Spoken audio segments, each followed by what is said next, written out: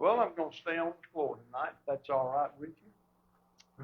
I'm not much to look at, but the closer I am to you, the better look you get of me. So I'm just going to stay down here. Really good to see you tonight. Thank you for being here. We have some guests with us. I want to thank you for coming and being with us. Good friend of mine from college, Mike Ball's here with his mother. I'm really glad to see them. Mike's been a friend of mine for a long time. And proud of him, proud of what he does. He does some preaching, and I know he does a good job of that because he preaches occasionally online with my mom and dad. So I'm thankful for that. And I'm glad to see him. I've had a good day. I went last night. I went to Little Rock after the potluck yesterday. I barely stayed awake just getting up there because I ate so much. But I got to visit with some folks that I dearly love, and probably some folks that you know. Some of you know them. So I enjoyed that and got back this afternoon. Had a good visit with Mark, and then spent part of the evening with Clarence and Sharon and some other folks at their house and eating, and so it's been a good day for me. You know, when you hold meetings, pretty much the MO is you eat and you sleep and you preach. That's a pretty good deal. You want to know the truth about it. I kind of enjoy that. I especially enjoy the sleeping and eating part. And the preaching, I'll just have to do what I can and hope everybody else gets a little something from it. But it's been good. Now, I got to tell you something else because Clarence has tried to help me. He helped me. He was looking to help me load my PowerPoint tonight. We couldn't find it anywhere. So I said, well, let me look for it. Well, I forgot my readers, so I couldn't read it if I wanted to. So I got these from Clarence, which are about 3 sizes too small, but we're going to make them work. And I still couldn't find my PowerPoint. So I don't have PowerPoint. I'll be lucky to read from the Bible.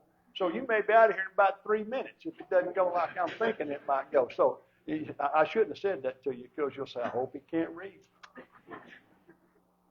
I want you to turn your Bible tonight to 2 Corinthians 4, please. We're going to look at something from there. And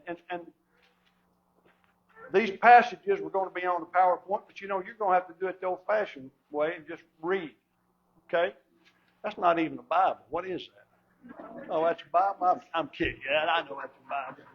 I like to hear pages being turned. So if you got pages that turn, let me hear it. Because I'm an old school guy, okay? But we'll let that count, Dave. That'll be okay. We'll let that count. How many of you ever heard the name Roy Cogdill? Okay. A few of you. Brother Cogdill preached years. He did a lot of preaching in Texas. And I never heard him live, never heard him preach live. But I've read some things that he wrote. And I know a lot of people who know him and knew him and had a great deal of respect for him. He wrote a little commentary. It was really just kind of a booklet years ago called The New Testament Book by Book. And in that, he took every New Testament book and wrote about 3 or 4 pages that just summarized and kind of outlined what was in the book. And so every time I teach a class, for instance, last quarter I taught Revelation, and before I taught that class, I read some things that he had written about that. And I took the liberty, every time I always take the liberty to read what he writes about a particular book. And years ago, I read what he wrote about 2 Corinthians. And the passage that we're going to look at tonight, about the passage that we're going to read, he said this. He said, in my judgment, there's no better place in the New Testament to find the perspective that a Christian ought to have than these verses. And they're the verses beginning in verse 16 of chapter 4 of 2 Corinthians. And we're going to begin there, and we're going to read some verses, and then we're going to go back and we're going to analyze them a little bit more. And really what I want to call this is a spiritual perspective. That won't surprise you if you were here yesterday, because we're talking about some things that affect us spiritually. And as I said yesterday, what I'm really hoping to do by the time this week's over is to encourage you and give you some things to grasp that help your spiritual life be deeper and be stronger. That's what I'm trying to accomplish. And I think these verses can really help us do that, because these verses for me, I said this yesterday about another lesson, but I'm going to say it again about this one. These verses have changed my life, especially as I've gotten older. Okay? We're going to look at these, and I think as I quickly start getting this reading, you're going to understand why they help me as I've gotten older. We're going to read the last 3 verses of chapter 4 first. You ready? Read with me. Therefore we do not lose heart. Even though our outward man is perishing, yet our inward man is being renewed day by day. For our light affliction, which is but for a moment, is working for us a far more exceeding and eternal weight of glory. While we do not look at the things which are seen, but at the things which are not seen. For the things which are seen are temporary, but the things which are not seen are eternal. Now, if you went back up and looked from about verse 8 to about verse 10 of this same chapter, you would know why Paul could have lost heart. He said, we don't lose heart, but if you go back and read those, if you read that yourself, you'd go, well, he should have, because all these things happened to him. And this audience is familiar with all the things that happened to Paul. You don't need necessarily to go back and read those, but all of those things are things that happened to him. And he said, I don't lose heart. I want to tell you something now, and I think most of you would probably agree with this. It's pretty easy for me to lose heart. It's somewhat easy sometimes to be discouraged, not just as a preacher, but as a Christian. There have been times in my life where I've lost heart. And the good part about that is, if there is a good part, is that I know I'm going to come out of that. But I think it's part of being a human being. I think it's part of the human experience to live life. And sometimes you're here and sometimes you're not. Sometimes you're down here. I think that's part of the human experience. And if I had experienced what Paul experienced, I might just have been here. I might have been down here, because his was severe. And when you get to these verses, he says, we do not lose heart. If you look at the beginning verse in chapter 4, he says this, therefore, since we have this ministry, as we have received mercy, we do not lose heart. It seems like he's saying we don't lose heart, and I'm going to give you 2 reasons why we don't lose heart. And I think these 2 reasons help me when I think about maybe losing heart. That sounds like a strong statement, but that's what he said. It's not what I said. He said, that's what I'm telling you. We don't lose heart, which makes me think that there are times, or at least possibilities, that he would lose heart. And I'm just going to ask you, are there times when you lose heart? There are with me. I've said that to you, but I'm just telling you that because that's what changed me. When I read, he loses heart, or he said, I don't, but he said, I could, well, that happens to me. And so I want you to think about what he says. He says, we do not lose heart. There are great blessings and reasons why we don't lose heart. And here are 2 of them. He says, we have received this ministry. Him and those who were with him had received a ministry. It wasn't always that wasn't always what Paul did. Until he met Jesus on the road. You remember that? His life was changed, and he was told to go in the city, and there to be told what you must do. And he went in, and Ananias baptized him. And then the Lord told him, no, I have a mission for you. You're going to be sent to the Gentiles. You're going to preach to the Gentiles. And that changed his life. That ministry changed his life. And that's what he says here. We have received this ministry. Something changed in him. And part of what changed is the second thing that he says. We have received mercy. We have received mercy. What is that? Well, the fact that they had received mercy is the idea that God is rich in mercy. Remember that in Ephesians, the 2nd chapter? But God, who is rich in mercy, with the love that he had toward us, saved us. You remember that in Ephesians, the 2nd chapter and verse 2? Well, that's what I want us to understand. But it's this ministry that's spiritual work. When we understand the ministry, and I don't think, and I know Paul was an evangelist. I know Paul had a special purpose. But you know, you have a special purpose. And your purpose, as we talked about yesterday, is to reach people to the gospel. It is a spiritual purpose. And one of the things that I love about preaching and just really being a Christian is that I have this same ministry. I can reach people with the gospel. And I want you to think about what we're actually trying to reach people with. My dad sold World Book Encyclopedia. Anybody remember what an encyclopedia was? Gary, you can't give them away now. You can't even give a book away now. I mean, no young person wants a book. My dad wants to give me books out of his library. And I said, Dad, why would I take your books when my boys don't want my books?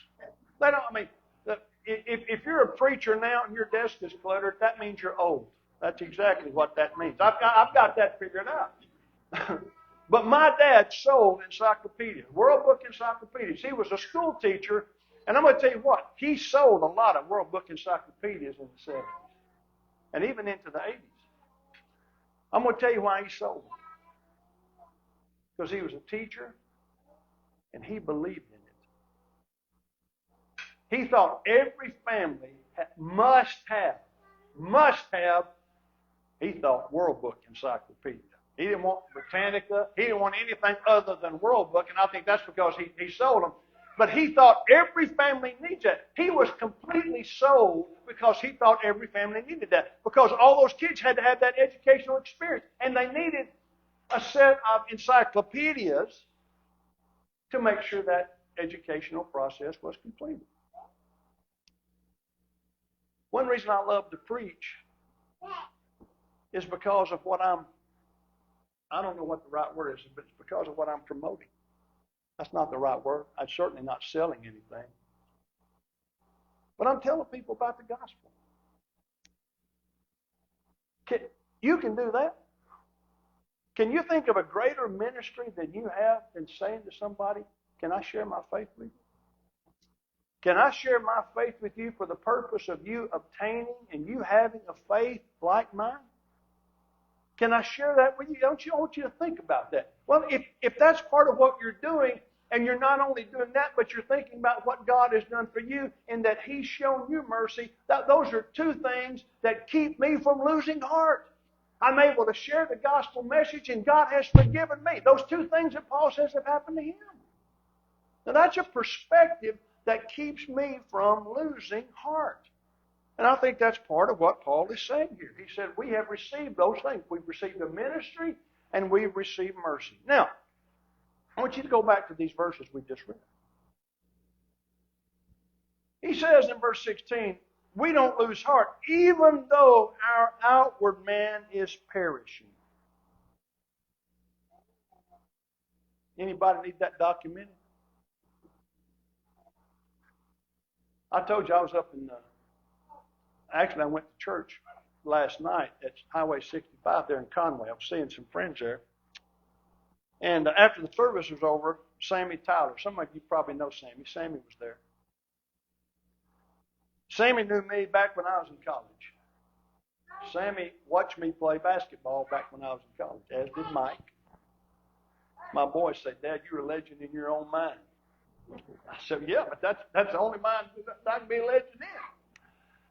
But Sammy looked at me last night and he said, the first thing he said, he saw me, I hadn't seen him probably since I was in college. That's been a long time. He said, do you still play? It had been so long since I played basketball, literally got out and ran and played and shot and jumped.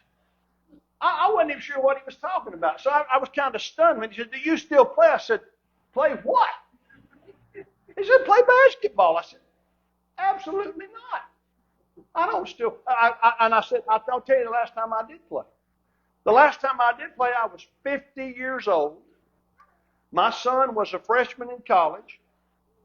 I happened to be the athletic director at that particular time, and so the coach there asked me to play because my son was going to play. I said, I'm going to do that. I'm 50 years old, and I'm going to play in a college basketball game. Now, we had a big crowd because I think they wanted to see if I'd live. But for 6 weeks, I want to tell you, for 6 weeks, I trained. I ran.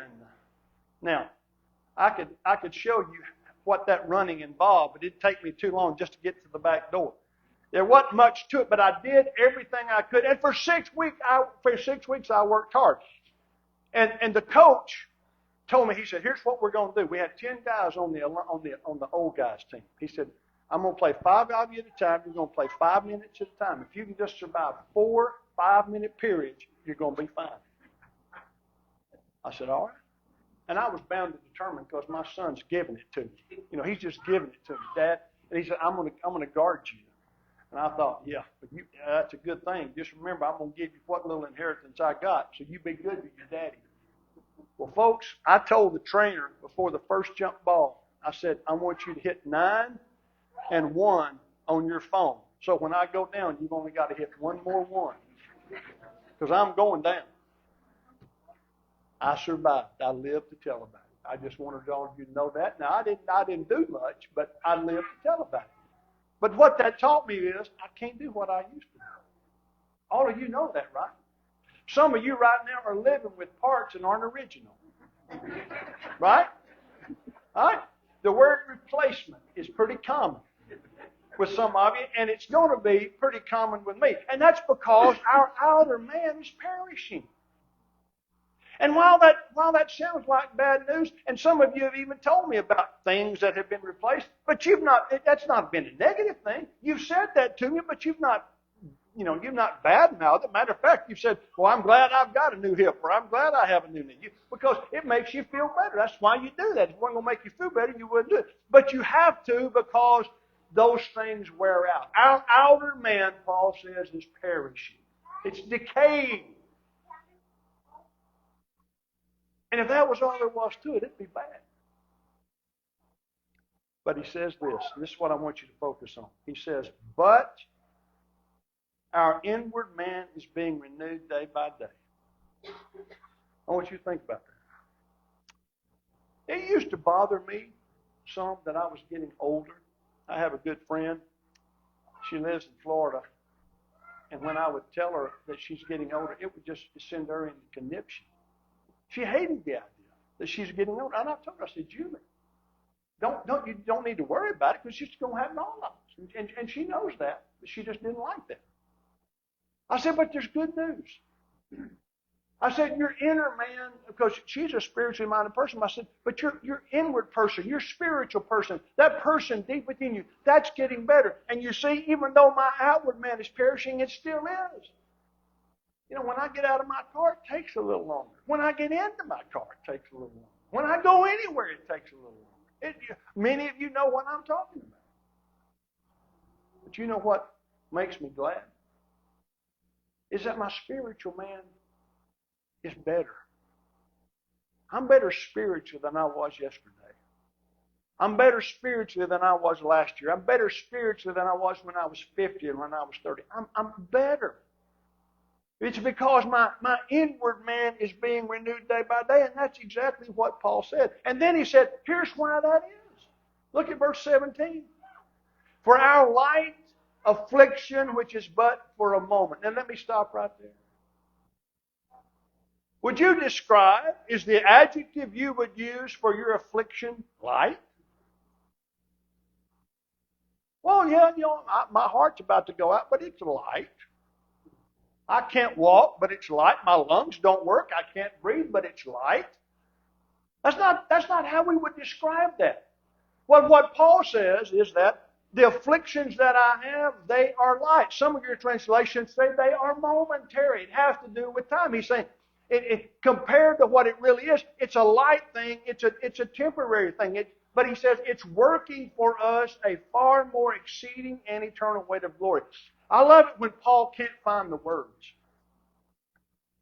And I think it's because the words are not strong enough to really say what he's trying to say, even through the Spirit. He says, is working for us a far more exceeding and eternal weight of glory. Far more exceeding sounds like what he talks about in Ephesians 1 and Ephesians 3 when he's offering those two prayers. Far more exceeding, exceeding abundantly. Those are words that Paul uses when I think he's trying to say, this is hard to describe. And what he's saying is these light afflictions that all of us have, look at the word. They're working. They're working. They're not just there. It's not just that we're having to put up with them. They are working for whom? They're working for us not a weight of glory, a far more exceeding weight of glory. You see that?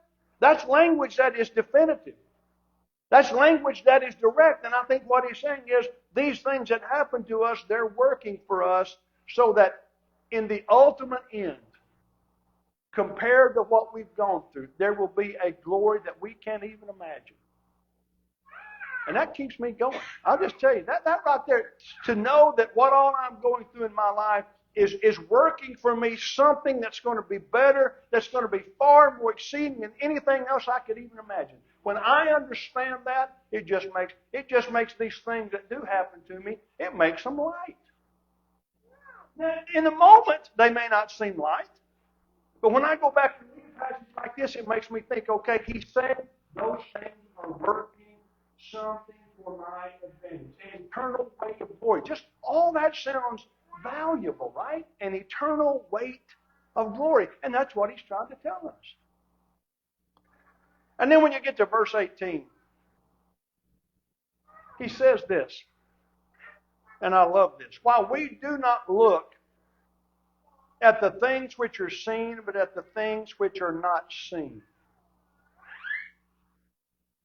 Do you know if you read that to somebody, if you just went outside and read that to somebody, said, let me read something to you, they'd look at you and say, have you lost your mind? That makes no sense. We look at things which are unseen. Or put it blunt, we look at things you can't see. How does that happen? That happens by faith. That's the only way that can happen. So what Paul is saying is, everything that happens to us, everything in this life that happens to us, has to be looked at through a lens that says, I'm looking at this through faith, because I really can't see what's going on. And I think that's what he's trying to tell us. We don't look at things which are seen, but at the things which are not seen. And here's how you define it. For the things which are seen are temporary, but the things which are not seen are eternal. We talked about that a little bit yesterday. Life is not meaningless. It's temporary. Your life is not, it's not that it has no value. It's that it doesn't have any long-term value.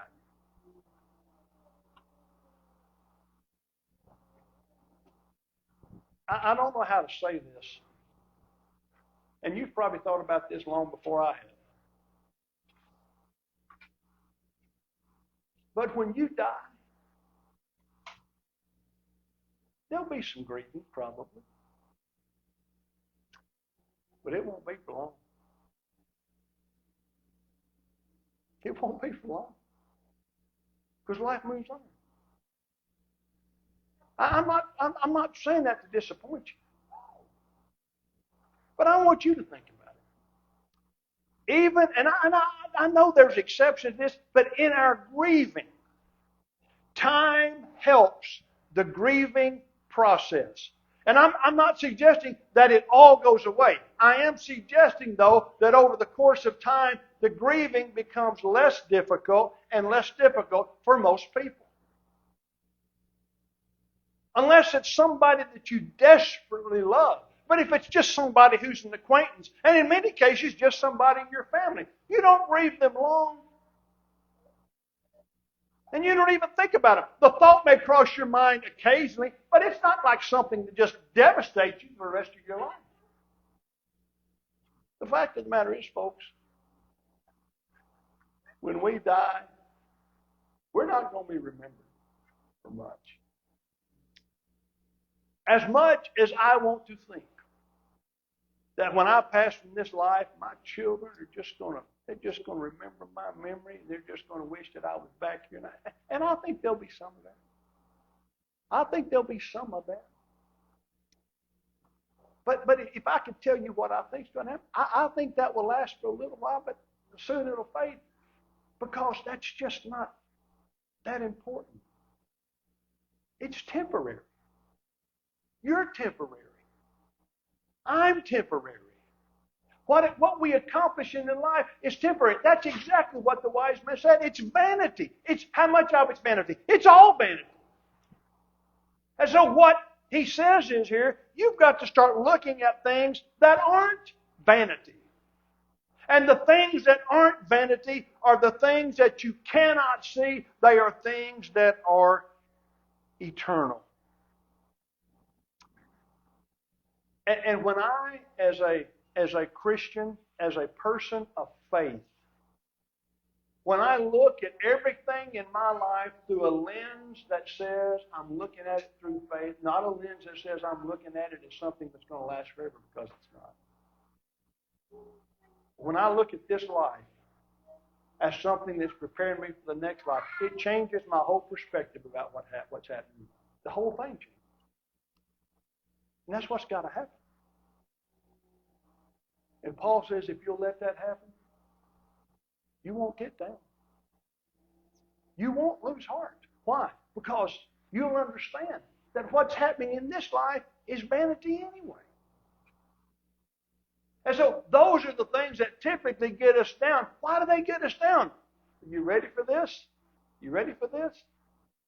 Because we're not spiritual enough. We're not spiritual enough. Now don't misunderstand. I'm not saying, well, if something gets you down, that means you're not spiritual. I'm not saying that. But when something drives us so that we're always in that state of mind, there's something, there's a perspective that we don't yet have. That takes me back to what I said yesterday. I think a lot of us, and I include me in that. I'm just not as spiritual as I need to be because I let those things affect me adversely when Paul says don't let that happen. If anybody should have been affected adversely, it's him. Go back and read verses 8 through 11 of the same chapter. He said, I don't lose heart. And I think he could have said, I don't lose heart anymore. I don't lose heart. And that's the kind of life I want to live now. And I want to live that kind of life now because of what he says in these last few verses of this chapter. I want you to look with me in 2 Corinthians 4, and let's go over to verse 9. He says, therefore we make it our aim, whether present or absent, to be well-pleasing to him, for we must all appear before the judgment seat of Christ, that each one may receive the things done in the body, according to what he has done, whether good or bad. Knowing therefore the terror of the Lord, we persuade men.